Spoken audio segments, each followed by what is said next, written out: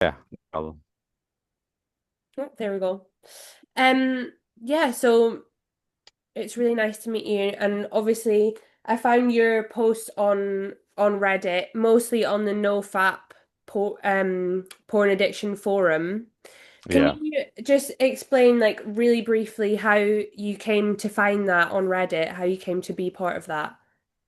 the NoFap movement or the Yeah. subreddit. Yeah, so that was about 10 years ago. So I was addicted to pornography from, I don't know if you did you read the life story post? Yeah. Yeah. So I was addicted from very young age, and yeah, it hit really hard, and there was no information, no nothing anywhere to uh, like, yeah, info about the harms of it, so to speak. And so I did not understand why I did not have any sort of motivation, why I kept having the social anxieties and all of these symptoms that you read others on the NoFap movements also having. I thought it's just depression, and yeah, that was just it. Because I went to psychiatrists as well, and they never asked about any like porn addictions. Of course, that's not the normal way to go about it. So or neither the internet addiction as well. Hmm. So I found out by myself. I don't actually remember how I stumbled upon it. I think I was just Reddit browsing, and then I saw the subreddit. Maybe it came up on my feed or something, and I started experimenting. I was like, okay. I was reading people's posts there and seeing like, okay, so yeah, I recognize these symptoms. I have all of them, and the I tried it, like going a couple of days without masturbating, and that was like unheard of for me. I was like, oh, okay, this is quite hard to. I mean, it took a lot of willpower to summon that, because that was like it was like oxygen to me. Porn. It was like, okay, it makes me feel really good, and the yeah, because I was depressed all the time and had low energy. So why not masturbate to porn? That gave me like temporary energy and temporary well-being. I did not connect it to it that I would feel like without drive, without motivation after. Mm. And yeah, so I found the NoFap movement, and I started to. I had another username back then that was like very long ago. So this username now is very new. And then I started joining and started talking with the other guys. We went different amount of streaks. I also talked to one other Swedish guy there who made some really cool posts because he was. At first, I was really fascinated with the female attention that I would be getting because I'd been invisible my whole life to women, Mm. and I had no idea where that came from. I mean, in my world, I was looking the same. I was like, I did not change my appearance. I did not become a movie star or superstar, but something within me changed. Like I became so confident because I had this internal battle I was fighting every single day.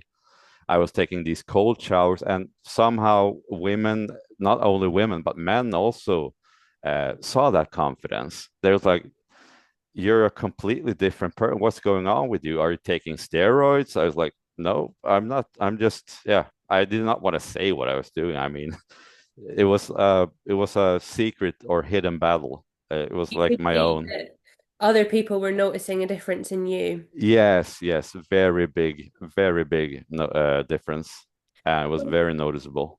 Just to kind of take a step back, Yeah. if you're comfortable, can you describe to me that the role that porn used to play in your life?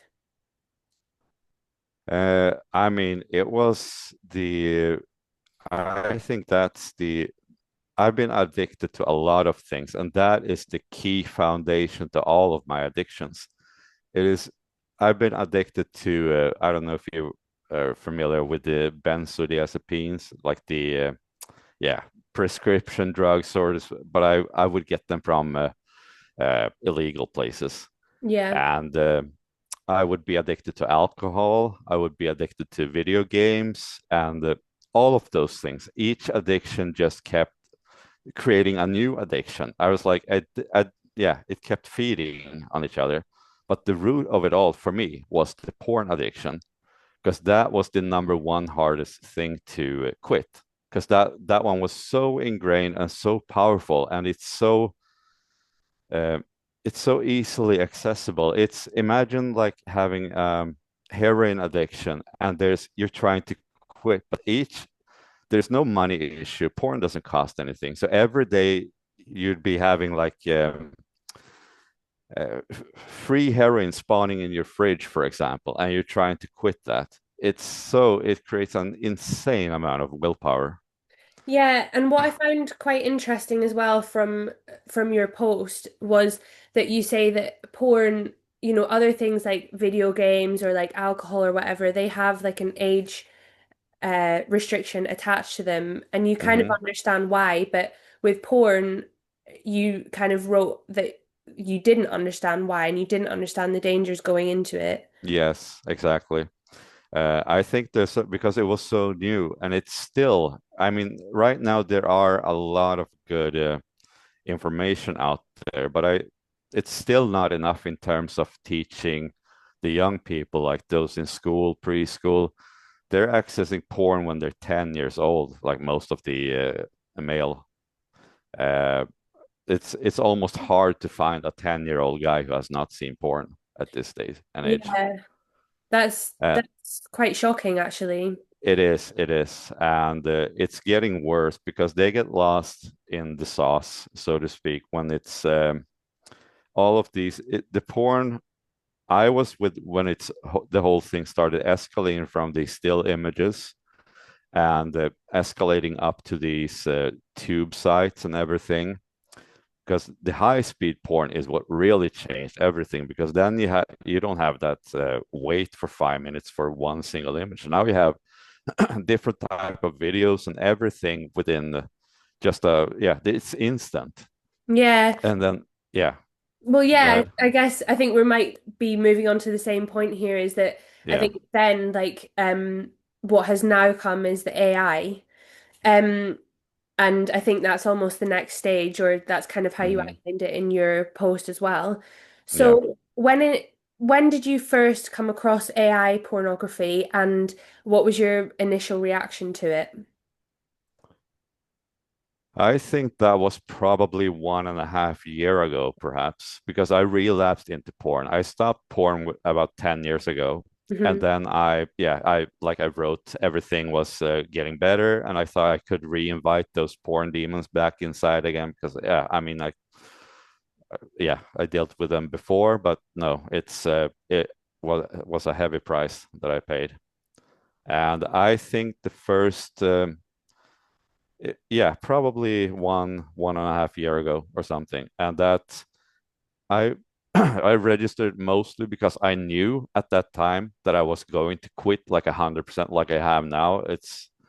Uh, but I wanted to see how much can it accommodate to my own fetishes, my own kinks.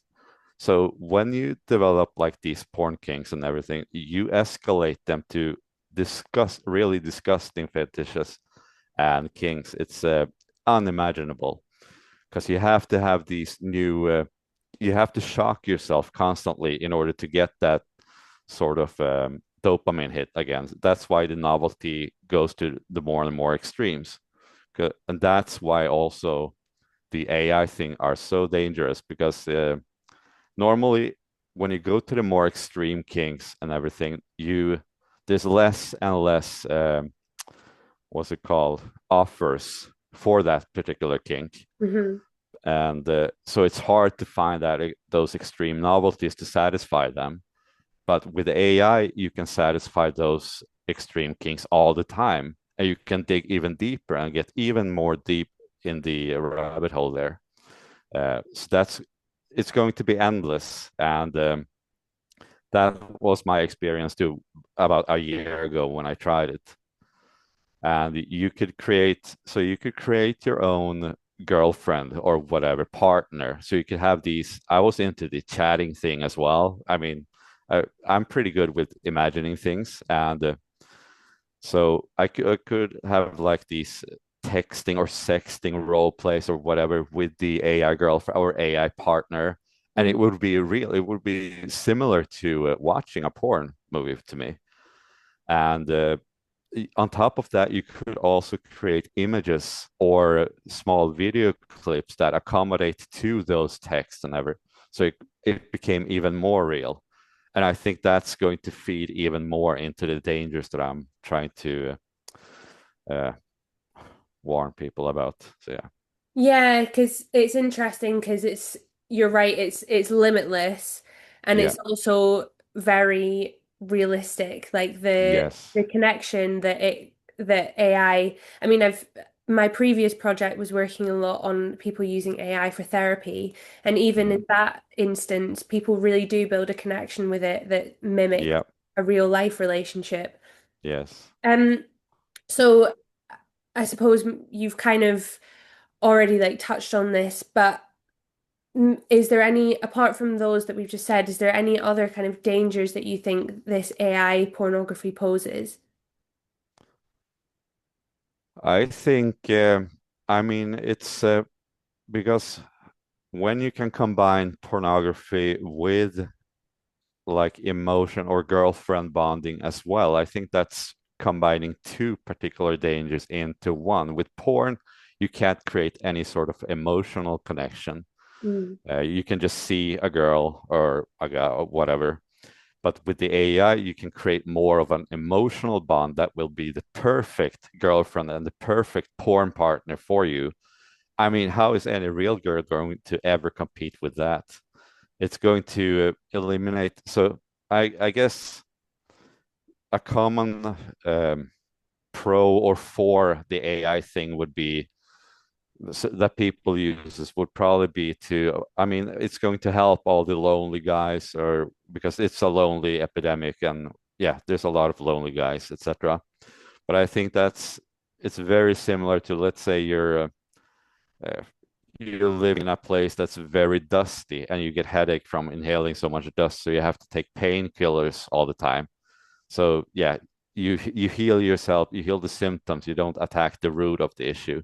So It's a eventually you're going temporary to pay a fix. very big price. What was that? Is it like a temporary fix? Yeah, exactly. And you're going to pay a very heavy price for it. So yeah, it's going to numb you and desensitize you the longer you go.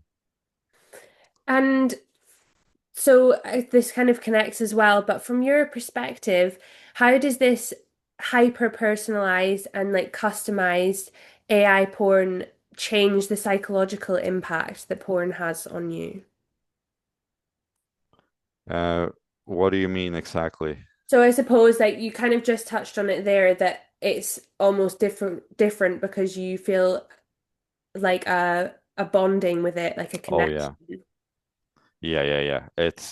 It's because you can, like you said, with the therapy thing, you create a connection there. So you're combining that with the porn element. I believe they're also soon introducing that into ChatGPT, like the adult. I think Sam Altman or something wrote something that they'll be introducing the adult version or of ChatGPT as well. So that's I think that's a very bad step. It's expected, but it's really bad. So I'm wanting to warn people to not indulge because it's going to sell for sure. It's going to attract people for sure, but it's really dangerous when you because you're getting these hits to your brain like the oxytocin, the dopamine. I don't know if it's oxytocin actually, or if you require physical for that, but you're creating this emotional bond with the bot, and that's really bad because it's going to want you to it's going to make you interact a lot less with people in real life because they're not going to ever be able to compete. You're never going to have to be scared of rejection with your AI. You're never going to have to be scared of arguing or like saying the wrong things. It's always going to feed you with the right things. You're just it's like a big emotional pacifier. Yeah, Yeah. it's really dangerous. Yeah, and you're right that there's the Sam Altman, also Elon Musk, I think, is bringing out an intimate AI bot kind of thing. Yeah.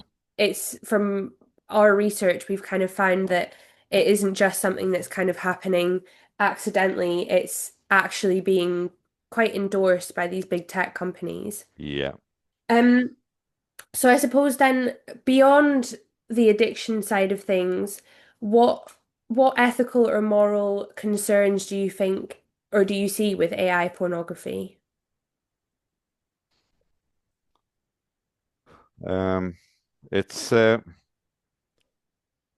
I personally think it's very hard to attack these giants. I think it's morally wrong that they're feeding on these the young people, and because sex sells, it's really powerful.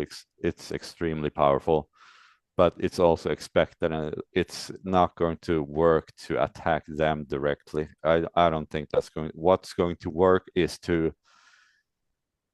spread the awareness and help and let them know what they're doing to themselves, what the price is, what the cost is. It's like cigarettes before the warning labels and everything, and even when they, I think they even commercialized it as healthy in the beginning or something, and they yeah. So I think we're at the stage where hopefully there will be a lot more studies, a lot more warning labels to pornography. Uh, like now they have these pictures of what happens to your teeth, what happens to your oral hygiene on the cigarette boxes and everything. And I'm hoping that the giants are going to have to be forced to make the same sort of labels in that sense. And that it's also going to be a lot more introduced into schools really early on, the Mm. same way as drugs or alcohol, and not just tell them it's not, you can't do that. I mean, a child would just, okay, why? But they have to understand and they have to know, just like they do with drugs and alcohol. Yeah, it's almost like a bit of a taboo subject that Yeah. actually is made quite dangerous by the fact that people just aren't talking about it. And Yep. especially now with the AI developments, it's becoming, yeah, it's the addiction side of it is quite taboo, but the other side of it is becoming more and more commonplace. Hmm. Yeah, I agree. I Um, agree. It's the same with I don't know how far the VR porn and stuff has come. I've never tried that, but I imagine that's really bad too. Because that's really when you put these VR goggles on, you can't really separate or the brain is not separating the reality from fantasy then. You're just, yeah, living in a fantasy world. yeah, and I suppose it does become harder and harder to differentiate even just your, in the same way as if you were speaking to an AI bot, you probably would find it quite difficult to differentiate that connection with a real one. Yeah, definitely. I mean, that's why people are able to get such connection with the ChatGPT. I mean, I use ChatGPT myself now for like working out, exercise stuff, and uh, yeah, cooking recipes and stuff like that. But I can definitely see I have to configure my AI really hard to not constantly like give me feedback or give me praise me for every single thing I say. I think it's ridiculous almost. Yeah, Yeah, definitely. I think that's almost they kind of are realizing now that people don't really like it when the AI always agrees with them because I think on the one side the developers think that that's going to encourage people to use it, but I'm hearing more and more people say that actually it just winds them up. yeah, yeah, because it becomes so surrealistic or like inauthentic in some way. It's like when you say it's like every single idea, no matter how stupid it is, becomes like a genius idea to the AI, and like, oh, you're such a genius, and yeah, no, it's Yeah, ridiculous. yeah, exactly. Even I use it for like job applications and I'll send in like a job application. It'll be like, yes, this is, definitely going to catch the eyes of Yeah, employers. And I'm like, just don't flatter yeah, me that. yeah, yeah. Um, That's can I ask what the documentary that you're working on is that like? Do you have an assignment from a company working on that, or is it like your own? no, so I work freelance. So I'm working freelance. My colleague and I have both recently graduated. this summer. We both work in I work for CBS News and she works for The Independent, which is a Mm. newspaper in England. But this is completely separate from that. So we're working on the documentary freelance with the view to pitching it to companies once we've Okay. gathered all our material together. Okay. Yeah, Cool. so we're definitely, I mean, we've properly started our interviews this week, so we're learning a lot more than we're coming really far in our research and we're kind of starting to film it properly now, so it's Yeah. exciting. I would recommend that you watch. There's a TED Talk by Gary Wilson Mm-hmm. on porn. It's really famous and really big. I think it has like 16 or 17 million views. So I really recommend it. It's not particularly on AI, but it's exactly on the things that I talked about with the novelty and infinite novelty and how that he describes it in a much more scientific way than I can because I don't feel like memorizing all of these science. I use my own experiences as argument and like talking point. Yeah. Okay, yeah, that's great actually. That's really interesting. Thank you. Just write that down. Um, so just a couple more questions and then I Mm, will leave you to enjoy your evening. But okay. I guess one thing that I wanted to ask is, and sorry if this is retreading ground that we've already gone over, but do you think that there is increased shame being addicted to AI porn or even just, watching AI porn compared to traditional porn? There might be, yes, but I don't think it's because of the reason that it's AI porn. I think it's because of the fact that it's such a high stimulant. So it increased the anxiety and the shame Mm. because of how powerfully that novelty is, and so to speak. It's and maybe perhaps yes, if you start to bond with an AI, like AI girlfriend, and then use that for porn, it's possible. Yes, I think that's it's going to be increased shame, increased guilt, increased like all of the real life emotion. You're only going to be like isolate yourself towards the computer screen and towards the AI that you're bonding with because everything else is going to lose interest and you're going to feel a lot more anxiety and shame when you interact with people outside of that, the more you use the yeah the AI porn. Because when you start using AI porn, you're doing that because somehow it got better than the real porn, the other porn, because it offers something better and something more than like the tube porn does. So yeah, And I guess there it would probably be something, when you say something better or something, it's probably something more extreme.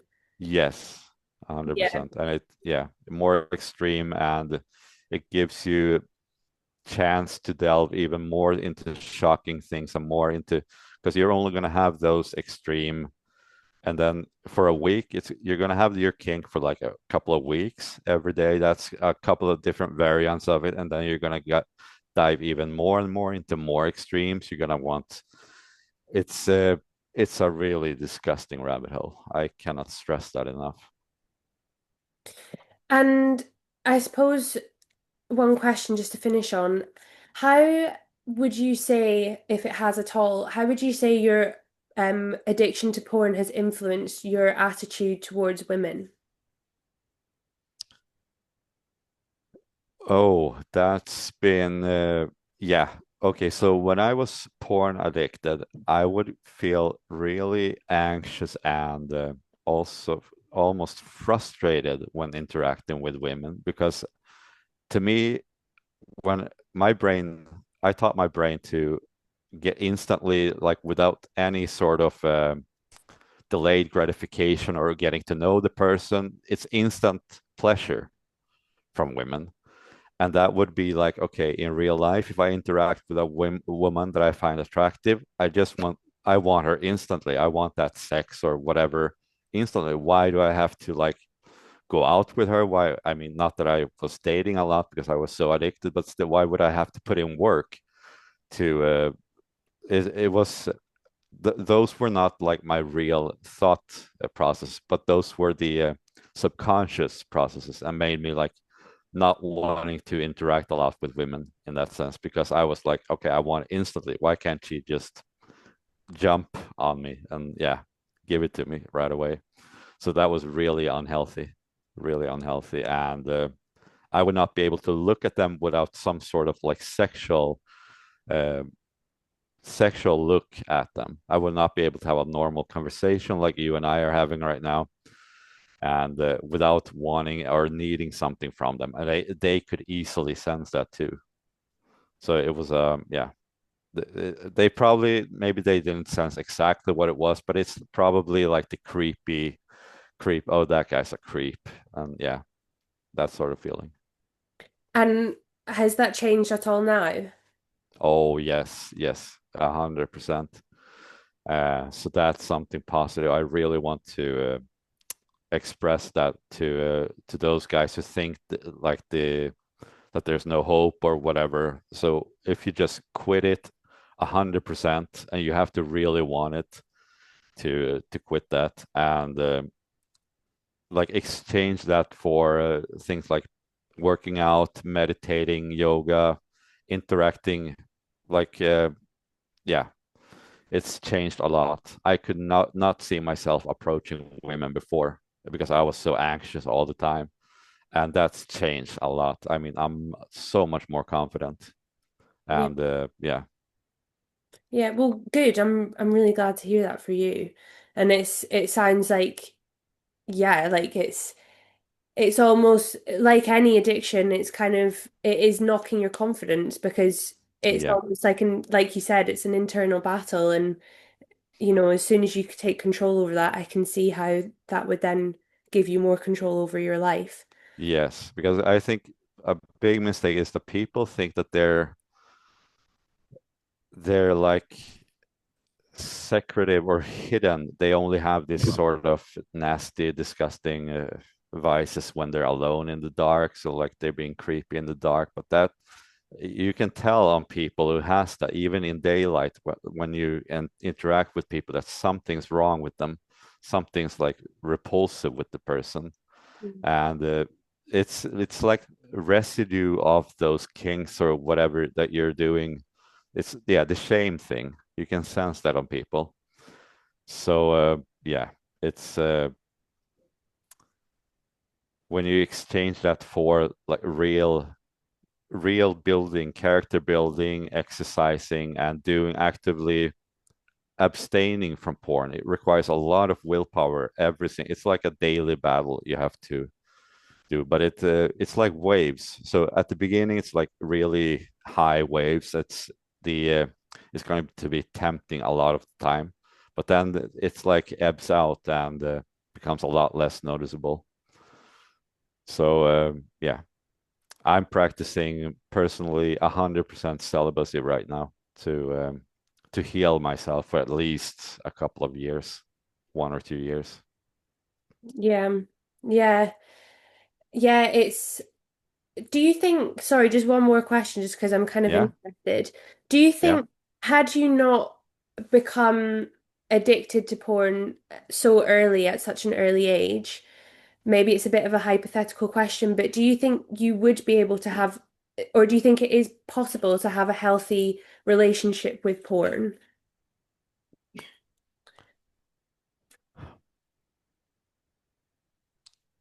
I don't know if I think it's possible, but it would require so much information and so much willpower to know, okay, I can watch porn either together with a partner in a healthy way, because then we're watching it to explore each other perhaps, or as like, okay, a reward every yeah, week or something like that, if you can manage to do that.